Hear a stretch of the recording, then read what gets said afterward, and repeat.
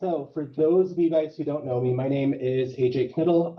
I'm a licensed professional counselor, and I work with kids, I work with youth, I work with adults. I do a lot. Grief and loss is my specialty, and suicidality is kind of a specialty area that I've been growing over the past several years. And so the caveat that I want to say is that this program through the American Foundation for Suicide Prevention is a scripted presentation. I have a lot of information and I can nerd out about a whole bunch of things like mental health related, suicide related. I can't share information that's off script. And so if you have any questions, please feel free to hold on to those until the end of the presentation. And I would love to have a conversation and answer questions for you. Cool.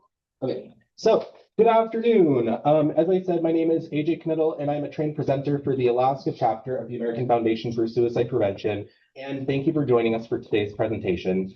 Suicide can be a sensitive topic, but talking about suicide is critical to its prevention. I am grateful you have joined us for this important conversation. If at any point during today's presentation you feel the need to step away, please feel free to do so. And just know bathrooms are down the hall. And so if you guys need to step out to these bathrooms, that's cool. If you guys are feeling a lot of intense emotions, please give us a thumbs up if you are okay, or if you need someone to talk to. I believe there is someone in the back that is able to help out if you're raising your hand. So I hope you will be able to learn about suicide prevention from today's presentation and become more comfortable talking about this important issue because talk saves lives. Yeah. Okay. Before we begin, I'm sick. Yeah, okay, I'll be easier. Please know this presentation is intended for general audience for educational purposes and is not a substitute for professional mental health services. This is a peer-to-peer program, and I am presenting as a volunteer with AFSP, not as an expert in suicide prevention or a mental health professional. If you feel like you need more information about finding professional services, please use the resources listed at the end of this presentation and consult with a healthcare professional. Keep in mind that many organizations have their own guidance around what to do and resources available that slightly differ from this general information.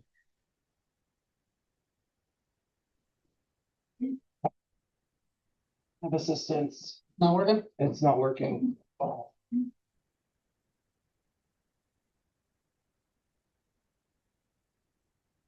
Excuse us for this technology break. Technology is not my strong suit. Okay. This program was developed by the American Foundation for Suicide Prevention, or AFSP. AFSP's mission is to save lives and bring hope to those affected by suicide. AFSP creates a culture that prioritizes mental health, suicide prevention, and loss support by funding scientific research, educating the public about mental health, suicide prevention, and suicide loss, advocating for public policies that support mental health and suicide prevention, supporting survivors of suicide loss and those affected by suicide. More information about AFSP is available at afsp.org. Just like physical health, we have mental health. Mental health includes our emotional, psychological, and social well-being.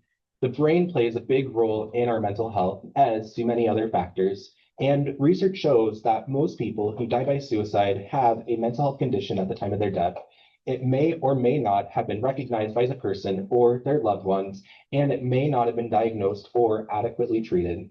That said, research has also made clear that mental health conditions are not the whole story. 1 in 4 people will experience a mental health condition, and most do not go on to die by suicide.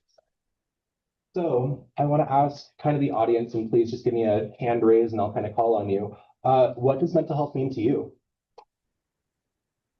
Wow.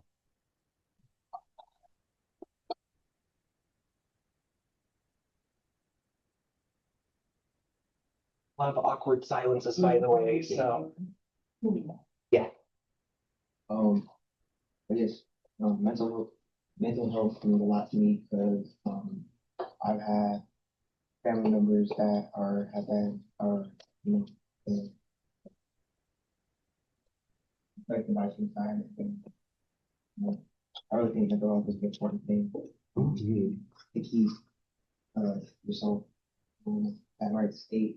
You don't do anything they don't want to do. Thanks for sharing. Anyone else?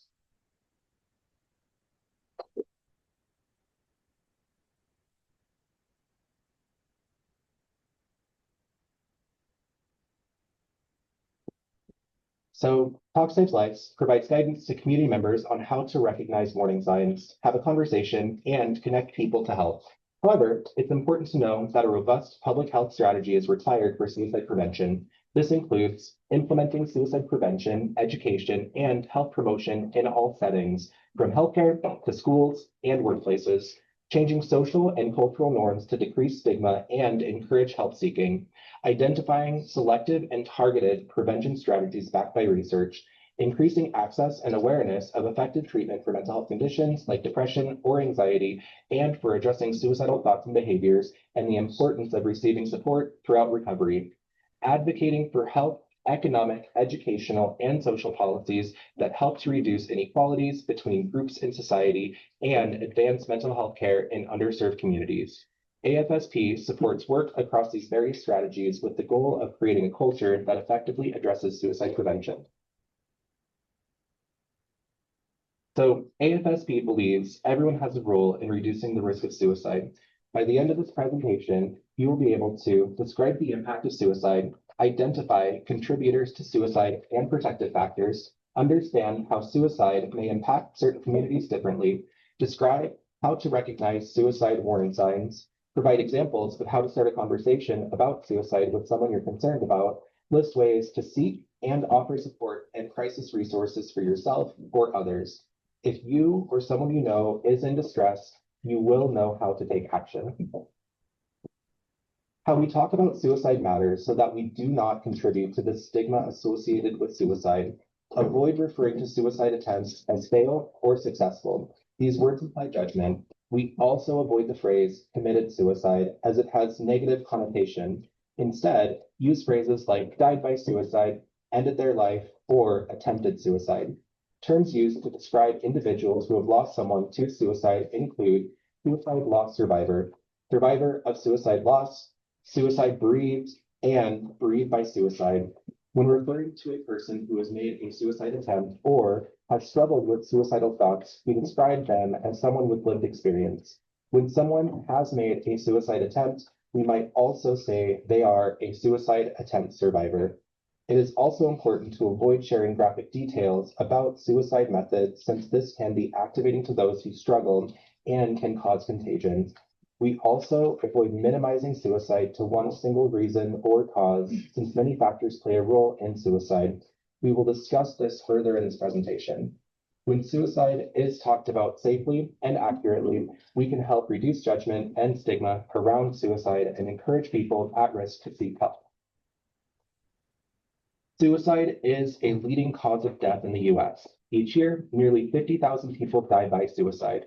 Well over 1 million people survive a suicide attempt, and millions more have thoughts of suicide.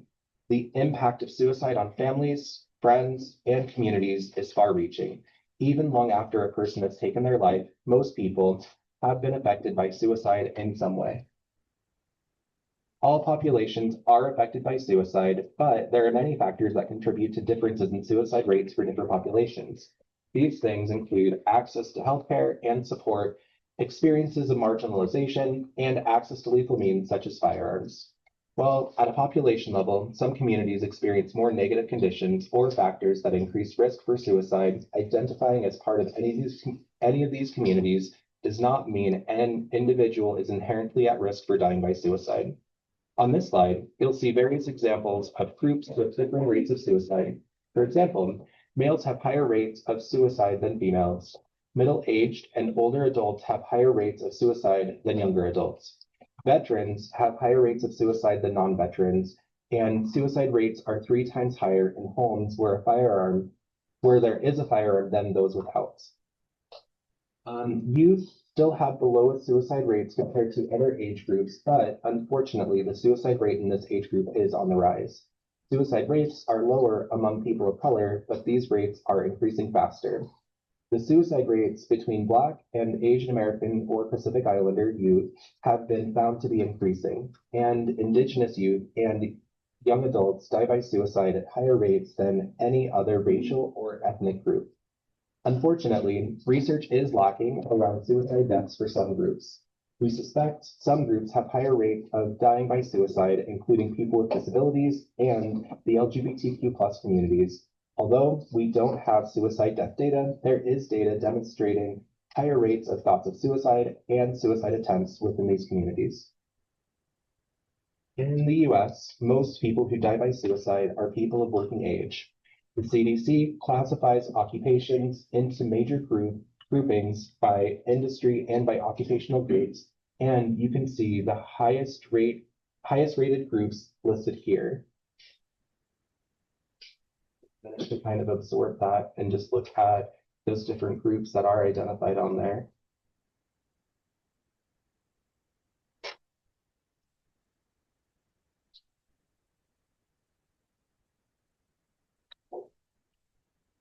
When someone dies by suicide, people may see a life event or life stressor like losing a job, a breakup, or bad grades, and assume that the event caused the suicide. However, that's not how it works. There is no single cause of suicide.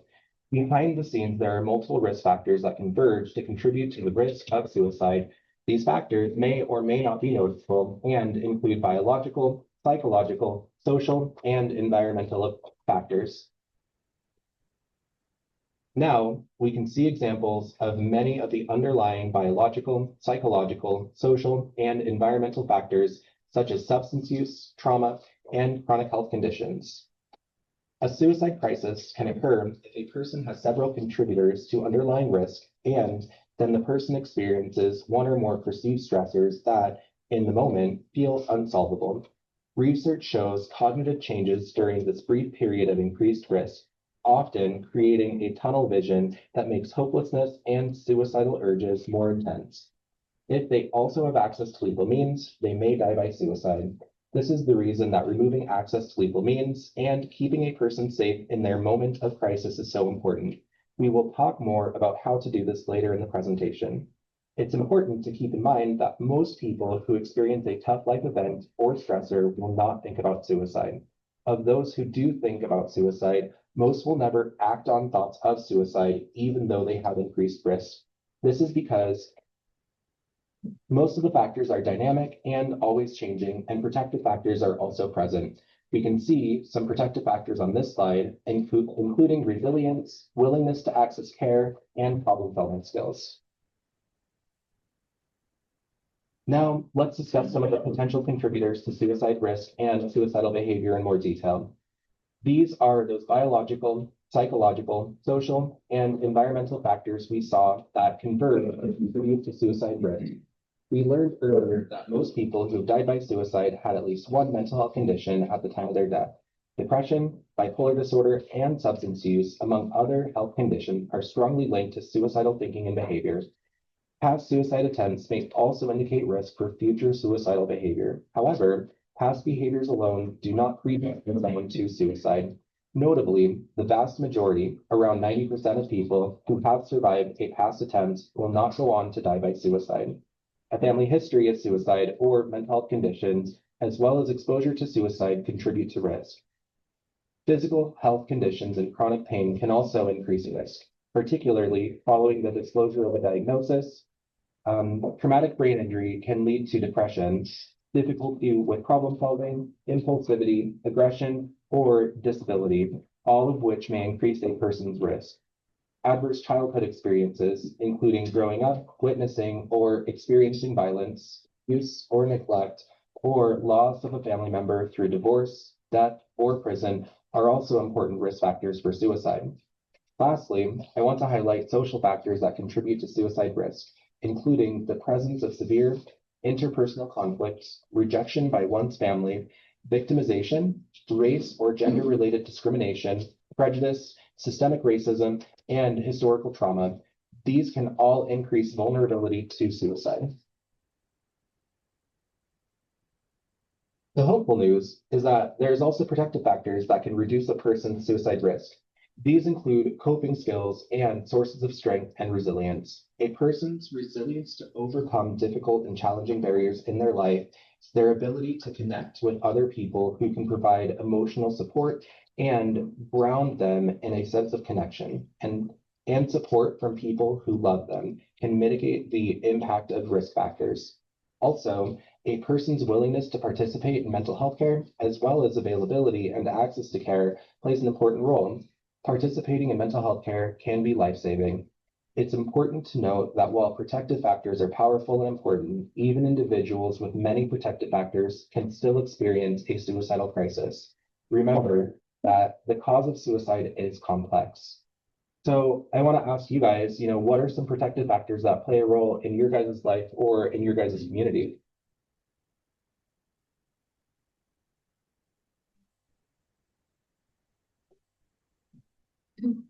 Friends and family. Friends and family, yeah. Crafting with my friends. Crafting. Outdoors, yeah. Sports. Writing, yeah. Clash Royale. Clash Royale, yeah. So games. Okay. Cool. So if anyone could experience suicide risk, why do certain groups and populations have higher suicide rates?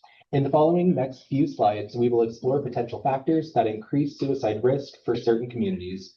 Remember that identifying as part of one or more of these communities does not mean you are at inherent risk for suicide. Most people have overlapping identities and varying experiences that contribute to both risk and protective factors. For individuals 65 and older, certain life circumstances may increase the risk for suicide. For example, older adults who live alone may have an increased feeling of isolation. Older adults are also more likely to have experienced the loss of a life partner, close friends, or a family member. Losing a pet can also be a significant loss, especially for those living alone. Changes in their health can lead to a loss of independence. Major role changes, such as retiring, can also put older adults at risk, especially those whose career played a big role in their personal identity. It is also essential to understand that depression is not a natural part of growing older. It is a treatable health condition, and if left untreated, it can be life-threatening. When older adults attempt to end their life, those attempts often result in death. Reasons for this may include living alone, greater access to lethal means, including medications, and the increased likelihood of serious health conditions that would make them less likely to survive a suicide attempt. Supporting older adults through life changes and stressors can help. Having a caring conversation, discovering new hobbies together, and encouraging community connectedness can make a difference. As we touched on earlier, unfortunately, research and data around suicide death in the LGBTQ+ communities are lacking. What we do know is research shows that people who identify as lesbian, gay, or bisexual, LGB, experience more suicidal ideation and suicide attempts than their heterosexual peers. While suicide data among transgender individuals is limited, one study found transgender individuals were almost 9 times as likely to attempt suicide than the general US population. Studies have reported a generally strong association between mental health conditions and suicide attempts in LGBT adolescent and adult. And then research shows that part of the reason for elevated rates of suicide in the LGBTQ+ communities is that social stigma, prejudice, and discrimination associated with minoritized sexual orientation and gender expression. For youth who identify as lesbian, gay, bisexual, or trans, a common and powerful stressor is rejection by parents and other family members. In addition to the protective factors we discussed earlier, such as social support, resilience, and connectedness, increasing acceptance and affirmation of LGBTQ+ identities and increasing access to LGBTQ+ affirming physical and mental health care can protect against suicide risk. And then for more than a decade, suicide rates have been higher and have risen faster among veterans as compared to non-veterans. The suicide rate for veterans is 1.5 times higher than that of the general population. While veterans are vulnerable to the same risk and precipitating factors for suicide as others in the general population, they are more likely to experience homelessness, unaddressed health or mental health concerns, and struggle with personal relationships. Among US adults who died by suicide, firearms are more commonly involved among veteran deaths, and nearly 75% of veteran suicides involving a firearm. Firearm ownership is over twice as prevalent among veterans than for non-veterans, and 1 in 3 veteran firearm owners store at least one firearm loaded and unlocked. Occupational risk factors for veteran suicide include previous exposure to traumatic events, including events from earlier pre-military service, military sexual trauma, or combat exposure. The transition back to civilian life, particularly during the first year following separation, can come with a loss of identity and new challenges. And although not unique to veterans, loneliness and loss of peer connections are risk factors for suicide that can be heightened during the transition period. Veterans who have attempted suicide were more likely to have a diagnosable mental health condition, including post-traumatic stress disorder, major depressive disorder, substance use disorder, generalized anxiety disorder, and have poor sleep quality. Many veterans also have higher perceived stigma about mental health care. Strategies to prevent veteran suicide include addressing common misperceptions about household firearm risk and teaching safe storage strategies. Increased access to and use of mental health services and increased support for transitional service members are also strategies that can be protective. Veterans often show resilience in the face of challenges, and a community of peers to support them, which can also be protective factors. It is important to emphasize that while there may be increased suicide rates among the veteran population as a whole, this does not mean that every individual veteran is at risk for dying by suicide. Remember, suicide is complex for an individual, let alone for an entire population. Now that we understand how different groups are affected by suicide, we'll explore the experience of someone struggling with suicidal thoughts and behaviors. Keep in mind that thoughts of suicide are complex, and each person has their own path to feeling suicidal or attempting suicide. Research shows that most people who experience suicidal behaviors are ambivalent about taking their life. Part of them wants to live, but part of them wants to end their pain.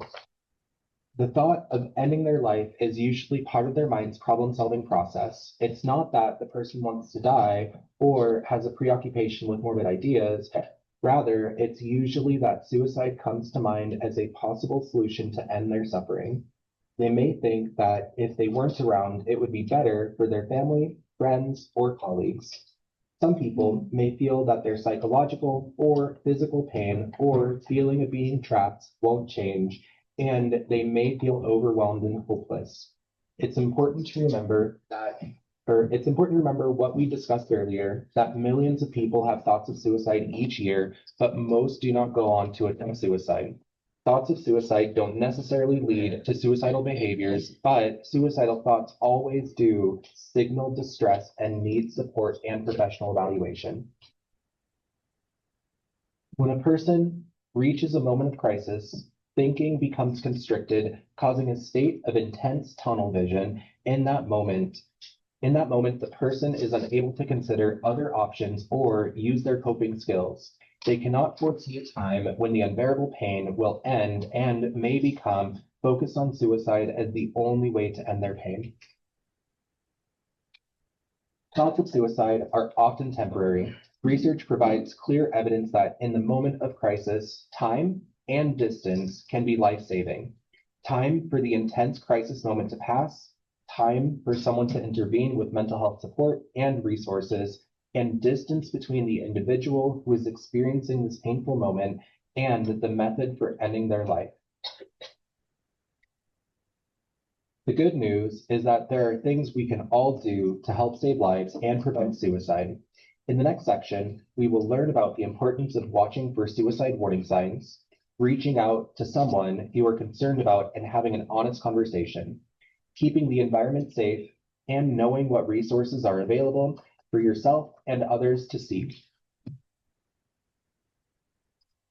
So step one in suicide prevention is watching for warning signs. While suicide risk factors often endure over a longer period, warning signs are observable signs that someone may be suicidal. For example, high blood pressure or high cholesterol are ongoing risk factors that may increase chances of a heart attack, while chest pain is a warning sign because it signals a heart attack may be happening now. Suicide warning signs are typically displayed in three main ways: talk, behavior, and mood. Look at the list on the slide and take note of some of the common warning signs. I want to ask you guys, is there anything that kind of jumps out at you at this point in time? And you can shout it out, you don't have to raise your hand for this one. An unexplained happiness. Mhm. Right. Yeah, I saw that one too. Mhm. Any other ones?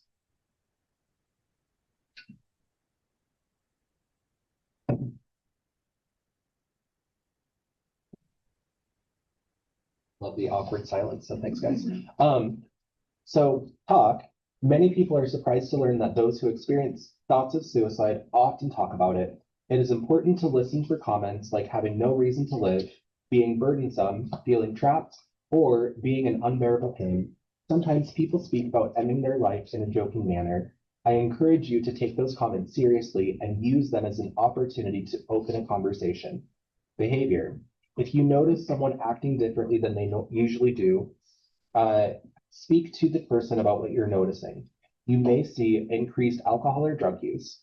They may have trouble sleeping, either trouble falling or staying asleep or sleeping too much. They may start acting recklessly. They might withdraw from activities, especially from activities they normally enjoy. They might isolate themselves from family, friends, and colleagues. They also might look for ways to kill themselves, such as searching online for methods or shopping for a firearm. They may give away possessions or exhibit reckless spending. No matter what it may be, the most important thing to look is a change from a person's typical behavior. And then mood. People at risk for suicide can also display, often quite subtly, any of the following moods: depression, anxiety, apathy, rage, irritability, impulsivity, or humiliation.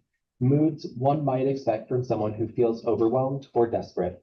We all have ups and downs, but when you notice a change that seems uncharacteristic or concerning, it is important to speak to that person about what you are noticing. For example, sudden, unexplained upbeat mood during a period of depression can indicate the individual has decided on a plan and is relieved they will no longer be in pain. So remember, it never hurts to trust your gut and start a conversation about how someone is doing. The second step to preventing suicide involves having a conversation. It is important to have a caring, supportive conversation with someone you are worried about. Don't assume that someone else will reach out to them. If you notice warning signs, you should start the conversation. Before we go further, I want to acknowledge how difficult, uncomfortable, or scary it can feel to have this conversation. It helps to remember that everyone has mental health, and talking about it in a non-judgmental manner shows you are a trusted person. Even if the person you are worried about does not want to get help at the time, they will know you are someone that they can turn to in the future. If suicide turns out not to be a concern, they may still be in distress and may feel comforted and supported just by knowing that you care and are taking the time to listen. In the next few slides, we will walk through an honest conversation and provide examples of what you can say. You can also check out afsp.org/realconvo for additional examples of how to start a conversation. Before you reach out to someone you are concerned about, keep a few things in mind. First, avoid minimizing their feelings. Second, avoid getting into debates about life being worth living. If a person is nearing a crisis point, they are not thinking clearly, and philosophical debates about life being worth living tend not to be helpful. Avoid offering advice on how to fix it. If a person is having a heart attack, you wouldn't tell them to start exercising or to eat a healthier diet in that moment. The same is true for someone in mental health distress or crisis. Lastly, as a peer or colleague, it is not your role to diagnose or provide mental health services. Encourage the person to connect with available resources or mental health support. If they are in crisis, what they need is to be heard and connected to professional help. We provided some examples on how you might start the conversation. Ask to talk with the person in private and allow them to share what they are experiencing. Start with an expression of care, followed by what you have observed that has led to your concern. Let them know you aren't going to judge them. Let's look at some of the examples of what you might say. I care about you, and I've noticed that you haven't been yourself lately. You seem more frustrated than you've been in a while, and I'm wondering how you're doing. You are an important friend to me, and you don't seem like yourself. I wonder if what's happening at school these days is stressing you out. Is everything okay? And I've missed seeing you at school lately. With everything going on in your life, I wonder if you're feeling overwhelmed.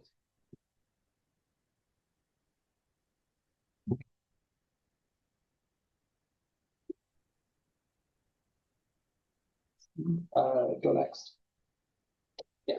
Now that you've started the conversation, listen with empathy. Active listening shows you care and allows you to gain more information about their level of distress. Ask open-ended questions to encourage the person to share. Stay calm and listen for warning signs. You might say, "How has that made you feel?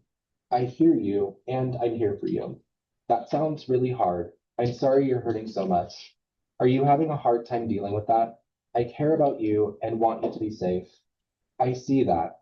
I want to help you find the help you need."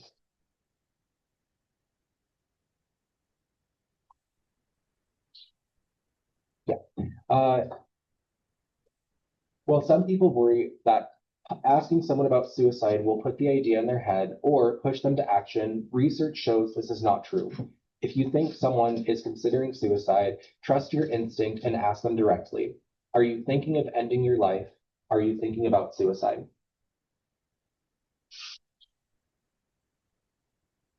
Continue to be open and provide support. If they tell you they are not thinking about suicide but are struggling with their mental health or going through a hard time, here are some things you might say. "I'm sorry you're hurting so much. I care about you and want you to be safe. I want to help you find the help you need." If someone tells you they are thinking of suicide, stay calm. Just because someone is having thoughts of suicide, it doesn't mean that they are in immediate danger. Take time to calmly listen to what they have to say and ask some follow-up questions to learn more. You might ask, "Do you have a plan to end your life? Do you have a method, including a firearm? And do you have that available? Can you can you give that to me or someone until you get through this difficult time? I want you to be here and I will help you." Make sure to avoid saying things like, "You have so much to live for," and think about what that will do to your spouse, parents, kids, etc. As we mentioned earlier, a person nearing a crisis point is not thinking clearly, and these phrases tend to be unhelpful. Instead, reassure them that help is available and that these feelings are a signal that it's time to talk to a mental health professional. If you think they might make a suicide attempt soon, try to stay with them and help remove any lethal means. You may escort them to a mental health services or an emergency room. If your own safety feels at risk, leave the area immediately and call 911. Give as much detail and information as you can on the phone. Go next. Okay, go back like 3. Sorry. Okay, to close the conversation, reiterate that you are so glad for the chance to connect on this deeper level about such meaningful things in life. Remind them that we all have challenges at times and that you'll continue to be there for them, but don't just leave it at that. Let them know you'll stay in touch and follow up. Here are some examples. "Thank you for sharing with me. Do you want me to help you call your therapist tomorrow before we play basketball? You know, you've been on my mind since we had that conversation the other day. How are you doing?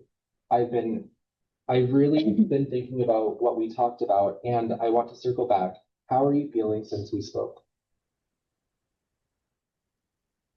Notice how there's a transition in behaviors and giving away those prized possessions, as well as a change in mood that daughter was able to notice in that video. Subtle changes like that can indicate suicide risk in individuals. In the next few slides, we are going to explore the third step in suicide prevention, keeping the environment safe. The most important thing you can put between the person thinking about suicide and their way of ending their life is time.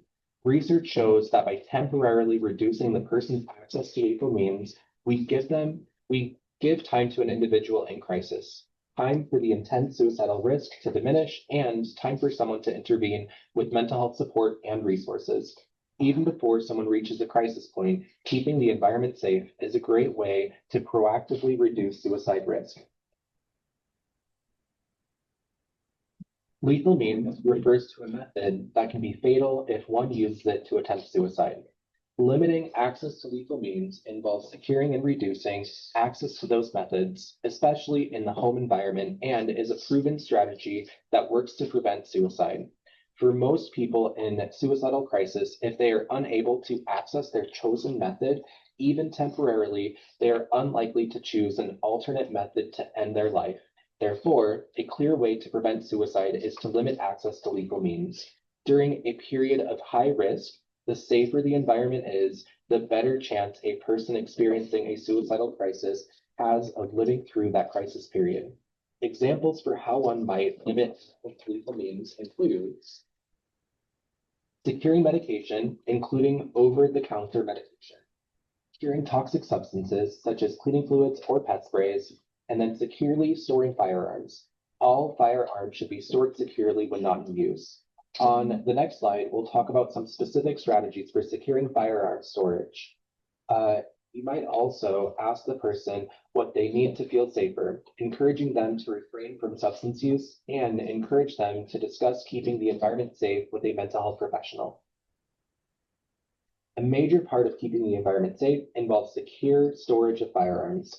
Nearly half of all U.S. households has at least one firearm. If someone is at risk for suicide, having a gun in the home can be fatal.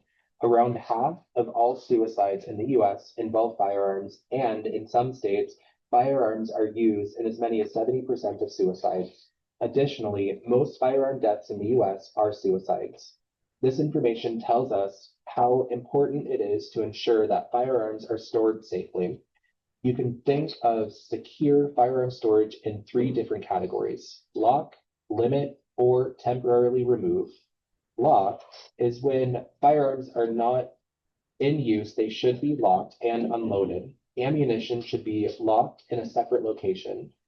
Limit, consider taking steps to limit access to firearms, such as changing safe combinations, changing locks, or giving the keys to a locking device to a trusted person.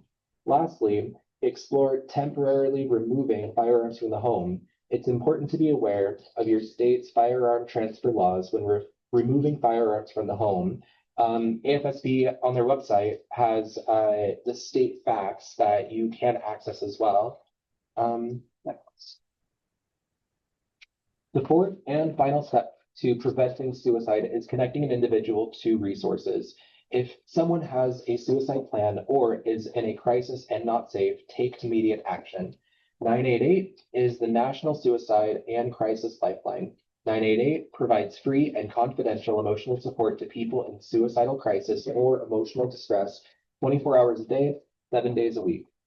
If you call on behalf of someone else, a trained counselor will provide guidance about what you should do to help a person in distress. In addition to phone access, 988 also provides text and chat options with specialty guidance for veterans, LGBTQ+ communities, and in Spanish. If you or the person you're concerned about do not feel comfortable speaking to a counselor on the phone, another option is to text 988 or the crisis text line at 741-741 in either English or Spanish. The crisis text line provides free 24/7 high-quality text-based mental health support and crisis intervention by a community of trained volunteers. 988 also offer options for individuals who are deaf or hard of hearing through text, online chat, or video phone at 988lifeline.org. There are also several resources for the LGBTQ+ community and allies. LGBTQ+ youth may connect with a crisis counselor via phone or text through the Trevor Project, the world's largest suicide prevention and crisis intervention organization for LGBTQ youth. Additionally, the Trans Lifeline is a free peer support phone service run by trans people for trans people and questioning peers. Finally, remember that your local emergency department is another resource for immediate care. Now would be a great time to take out your phones and take a picture of the slide or add these resources as contacts. Even if you never use them for yourself, you may need them to help a friend or a loved one. And then while you do so, I want to take a moment to briefly discuss what happens when you contact 988 or the crisis text line. When calling 988, callers first hear a greeting message while their call is routed to the local Lifeline Network Crisis Center. A trained crisis counselor answers the phone, listens to the caller, understands how their problem is affecting them, provides support, and shares resources if needed. If the local crisis center is unavailable to take the call, the caller is automatically routed to a national backup crisis center. The Lifeline provides live crisis center phone services in English and Spanish and uses language line solutions to provide translation services in over 250 additional languages. When texting the crisis text line, texters can start with an opening message of talk, and texters are greeted with two friendly automated responses. It usually takes less than 5 minutes to connect with a crisis counselor, but it may take longer during high traffic times. When the texter has reached a trained volunteer, crisis counselor, the counselor will introduce themselves, reflect on what was shared, and invite them to share at their own pace. The goal of any conversation is to get the texter to a calm, safe place. Sometimes that means providing them with referral to further help, and sometimes it just means being there and listening. A conversation usually lasts anywhere from 15 to 45 minutes. And more information is available at crisistextline.org. Calling 988 can be a great first step if there is no immediate danger. However, if there is a medical emergency or life-threatening situation, such as a suicide attempt in progress, call 911. While 911 can be life-saving, it may not be the best choice if you do not want law enforcement to respond. We acknowledge that there is an increased risk of death for people of color experiencing a mental health crisis when 911 is involved. When calling 911, provide as much detail about the situation as possible. Know that even if you convey a lot of information to dispatch, it may not get passed on to the responding officers, so be prepared to re-explain when help arrives on site. And then in some communities, an alternative to 911 is a mobile crisis response team, where calls are responded to on site, whether they're at home, work, or school, by licensed mental health professionals with the goal of preventing a crisis from becoming an emergency and referring the client to mental health resources. Another option may be your local emergency room and urgent care services.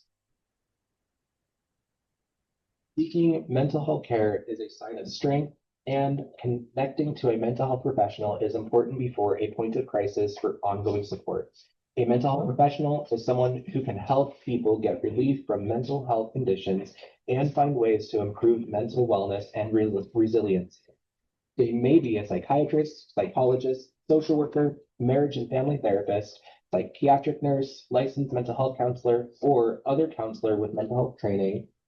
You may find these professionals in emergency departments, hospitals, clinics, schools, community and religious centers, and in private practices. So the person seeking help should request a thorough evaluation to figure out if there is a mental health condition affecting their life. There are many types of treatments available, including various types of psychotherapy and medication. Research shows that for many people, the combination of psychotherapy and medication tends to be the most helpful. Developing a safety plan can also be helpful for many individuals. The most important thing is connecting with a mental health professional to find the treatment plan that works best for the individual. And we acknowledge that there are barriers accessing care, including a lack of mental health professionals, especially therapists of color, LGBTQ plus affirming therapists, and culturally responsive therapists. Other barriers to accessing care include navigating health insurance, cost, and being able to take the time to go. While it should be easier to find a provider, there are ways to find treatment, including for those without insurance, through a local social service agency or your local health department. Telehealth or virtual therapy is also a great option for those of you who have limited time. And so this is a slide that has some of the local resources here that we have in Dillingham. We have behavioral health over at the hospital, and then we have myself. And those are kind of the only two options that we have here, and addressing those limitations is one of those things to just be mindful of as well. And so those are both of our websites and our contact information to be able to set up services with a mental health professional in our area. So we learned earlier in this presentation that experiencing a suicide loss is a risk factor for suicide. Providing support for loss survivors is important and is another way to prevent suicide. In addition to those listed on the slide, AFSP offers resources to support loss survivors, including Healing Conversations, and International Survivors of Suicide Loss Day. Healing Conversations is a one-time visit, either phone, virtual, or in person, that connects those who have lost a loved one to suicide with trained volunteers who are also survivors of suicide loss. The goal of this connection is to help recent survivors navigate this challenging journey by offering support, connection, and resources. International Survivors of Suicide Loss Day is an event in which survivors of suicide loss come together to find connection, understanding, and hope through their shared experience. We are going to be having an International Survivors of Suicide Loss Day in November. That has been something that we've done in the past 2 years now at this point in time, with the hospital and the tribe. And so I encourage you guys to keep your eyes open for when we actually have that date identified as well. And then remember the protective factors we discussed earlier in the presentation, in addition to professional mental health care, proactive self-care strategies like good sleeping habits, exercise, nutrition, and stress management also play a critical role in protecting mental health and promoting resilience. We encourage you to take time for your own self-care regularly and connect to activities and people that you feel supported by. So I wonder, I want to open it up to you guys. Is there any activity that you guys engage with that allows you to really help with managing that self-care process, either through mind, body, soul, or being able to connect with our environment?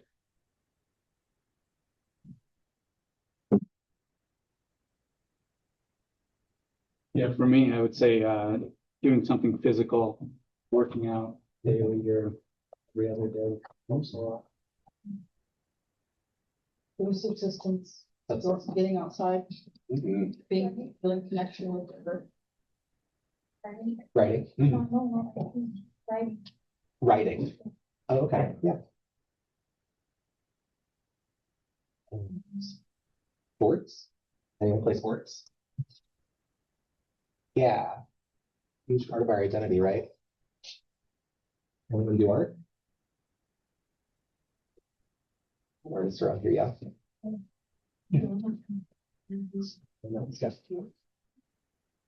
Awesome. So together, because it's a community effort, we all are part of being able to support people from dying by suicide. And so I encourage all of you to find ways that you can be active within your communities, within your friend groups, and find ways of being able to support people in effective and helpful ways. And so, AFSP really does appreciate feedback. There's going to be a QR code that you guys are able to provide feedback on this presentation itself. I encourage you to do so, and thank you so much for being able to take the time to show up today to talk about something that is a serious mental health concern and something that's important as it has an impact on our society as a whole. So thank you for that.